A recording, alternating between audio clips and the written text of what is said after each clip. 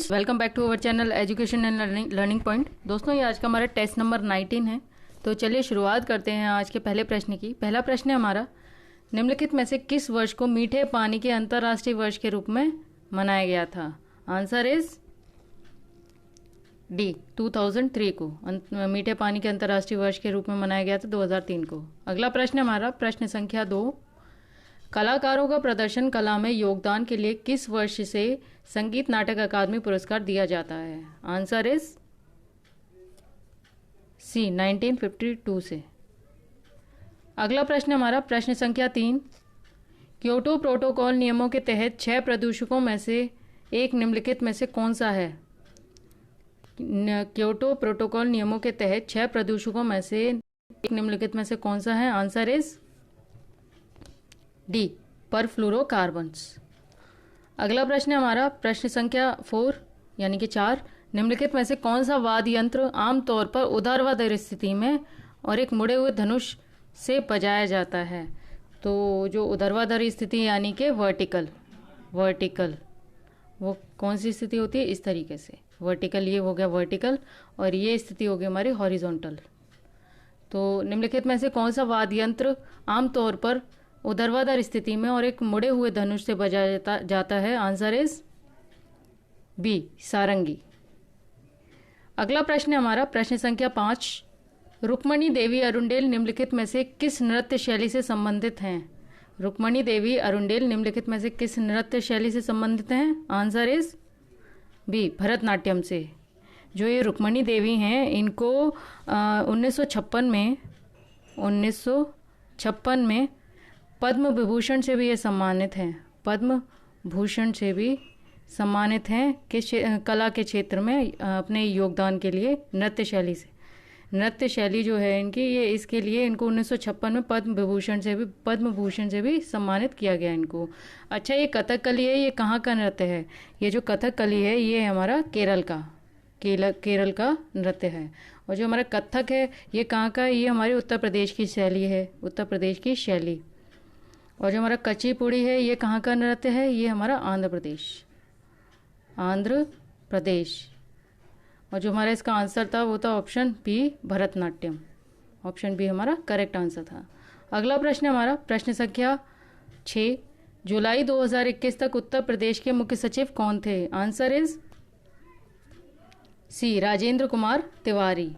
अगला प्रश्न हमारा प्रश्न संख्या 7, लोहे का वह कौन सा गुण है जिसके कारण गर्म लोहे के टुकड़े को पीटकर चाकू का रूप दिया जा सकता है? आंसर इज आघात वर्धनीयता, यानी कि आघात वर्धनीयता। ऑप्शन ए हमारा सही है, यानी कि मालियाबिलिटी, आघात वर्धनीयता। अगला प्रश्न हमारा प्रश्न संख्या 8, जलियांवाला बाग हत्याकांड के लिए जिम्मेदार ब्रिटिश अधिकारी माइकल ओ डायर की हत्या निम्नलिखित में से किसने की थी? Answer is B, Udham Singh द्वारा। जनरल माइकल ओ डायर की हत्या की थी उधम सिंह द्वारा। ये जलियांवाला बाग हत्याकांड हुआ था, ये जो बाग था ये कहाँ पर था? ये पंजाब प्रांत का जो अमृतसर में स्वर्ण मंदिर, जो गोल्डन टेम्पल है उसके निकट ही है जलियांवाला बाग। ये वहाँ पर कांड हुआ था और इसमें 13 अप्रैल 1919 के दिन हुआ था, ये बैसाखी के दिन। 13 अप्रैल 1919 को वैसाखी के दिन हुआ था ये कांड, वैसाखी के दिन। इसका जो आंसर है उधम सिंह। अगला प्रश्न हमारा प्रश्न संख्या 9, वाहनों में हेडलाइट के रूप में निम्नलिखित में से किस दर्पण का उपयोग किया जाता है? आंसर इज सी, अवतल दर्पण, कॉनकेव मिरर। आंसर सी हमारा सही है। अगला प्रश्न हमारा प्रश्न संख्या 10, कंचनजंगा बायोस्फीयर रिजर्व निम्नलिखित में से किस राज्य में स्थित है? तो आंसर इज बी, सिक्किम। ये जो कंचनजंगा बायोस्फीयर रिजर्व है ये हमारा सिक्किम राज्य में स्थित है और ये जो दुनिया में उच्चतम यानी हाईएस्ट जो उच्चतम पारिस्थितिकी तंत्रों में से एक है। उच्चतम पारिस्थितिकी तंत्रों में से एक है पारिस्थितिकी तंत्र, कंचनजंगा बायोस्फीयर रिजर्व। अगला प्रश्न हमारा प्रश्न संख्या 11, मुगल प्रांतीय प्रशासन में आमतौर पर दीवानी का अर्थ क्या होता है? मुगल प्रांतीय प्रशासन में आमतौर पर दीवानी का अर्थ क्या होता है? आंसर इज सी, राजस्व प्रशासन, यानी कि रेवेन्यू एडमिनिस्ट्रेशन, रेवेन्यू एडमिनिस्ट्रेशन। अगला प्रश्न हमारा प्रश्न संख्या 12। संसद के दोनों सदनों की संयुक्त बैठक की अध्यक्षता निम्नलिखित में से कौन करता है? संसद के दोनों सदनों की संयुक्त बैठक की अध्यक्षता निम्नलिखित में से कौन करता है? आंसर इज बी, लोकसभा अध्यक्ष, यानी कि speaker of Lok Sabha, speaker of Lok Sabha. अच्छा, ये जो इस लोकसभा की जो संयुक्त बैठक होती है, ये किस आर्टिकल के तहत होती है? जो मतलब कुछ दशाओं में जो इनकी संयुक्त बैठक होती है, वो दोनों किस आर्टिकल के अंतर्गत होती है? ये होती है हमारी आर्टिकल 108 के तहत, आर्टिकल 108 के तहत होती है। अगला इसका जो आंसर है हमारा वो है लोकसभा अध्यक्ष, स्पीकर ऑफ लोकसभा। अगला प्रश्न हमारा प्रश्न संख्या 13। भारत सरकार ने मौजूदा सामान्य बिक्री कर को बदलने के लिए भारतीय कराधान प्रणाली में अप्रत्यक्ष कर के रूप में मूल्य वर्धित कर वैट की शुरुआत किस वर्ष की गई थी? तो आंसर इज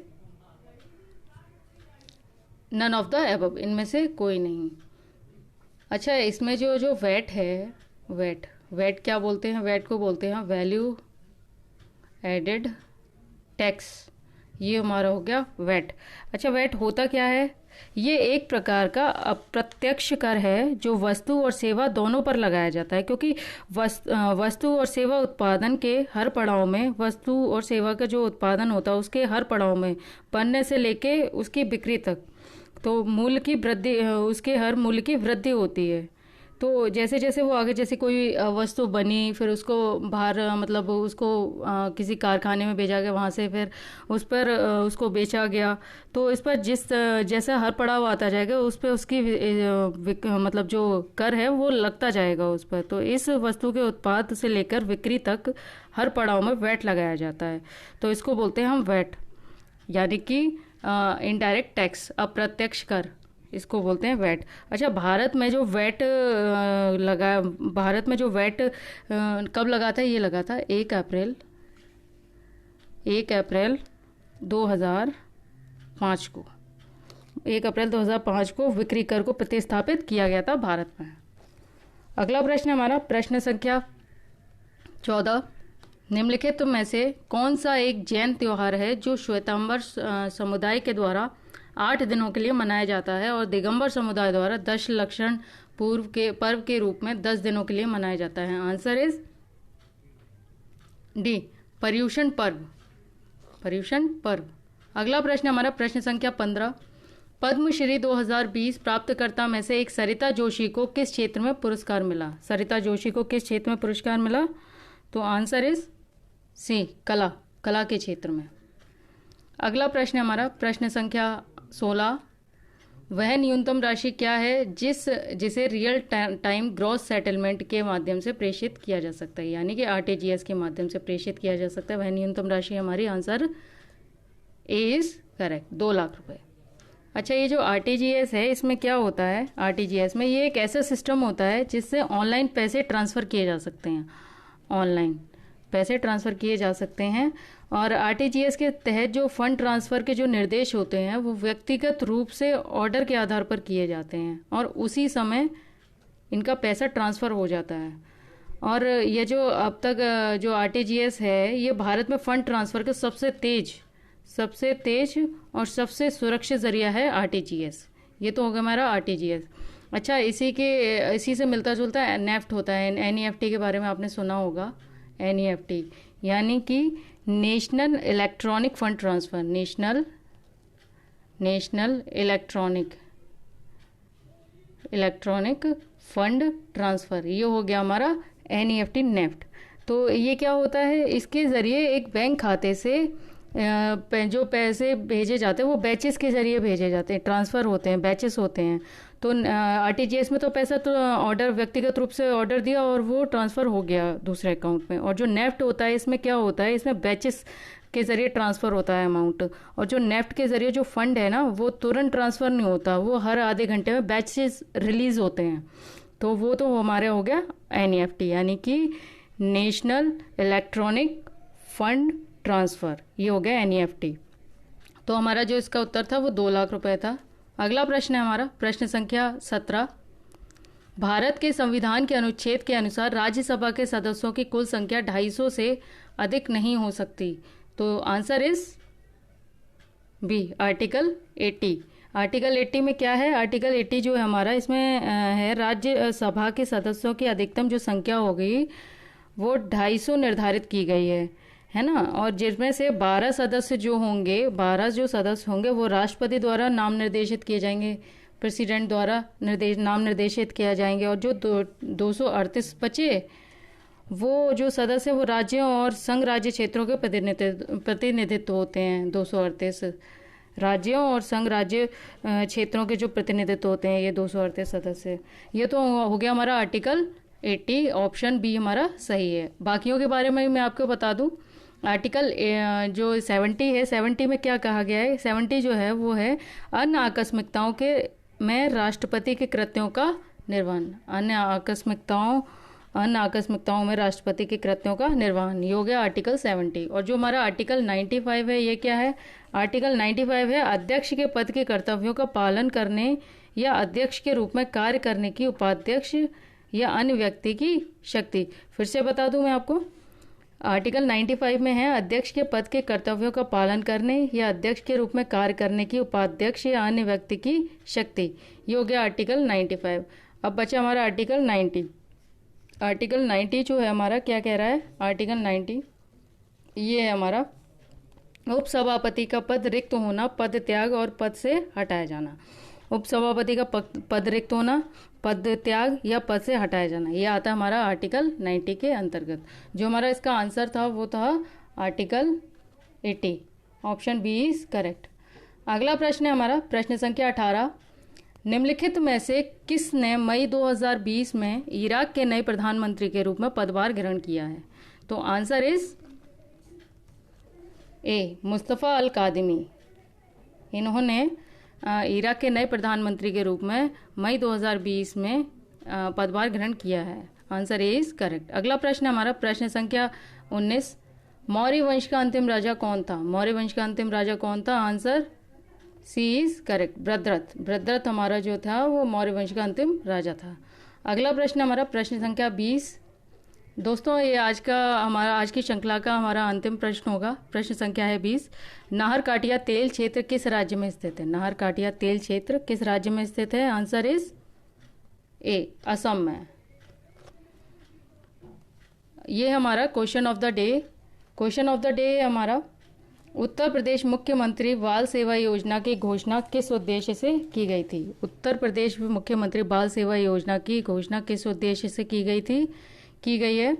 तो इसका उत्तर आपको कमेंट सेक्शन में देना है। तो जो सबसे पहले सही उत्तर देंगे उनका कमेंट हम पिन कर देंगे, जो सबको सबसे पहले ऊपर दिखाई देगा टॉप पर। तो कल का जो क्वेश्चन ऑफ द डे था उसका जो उत्तर है वो क्वेश्चन क्या था कल का? 24वें हुनर हाट का आयोजन 2021 में किस शहर में किया गया था और इसकी थीम क्या थी?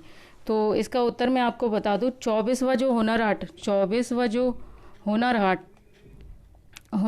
था, हुनर हाट का जो आयोजन हुआ था वो सबसे पहले तो हुआ था 24वें हुनर हाट का आयोजन अवध शिल्पग्राम में हुआ था, यानी कि अवध शिल्पग्राम यानी कि लखनऊ में।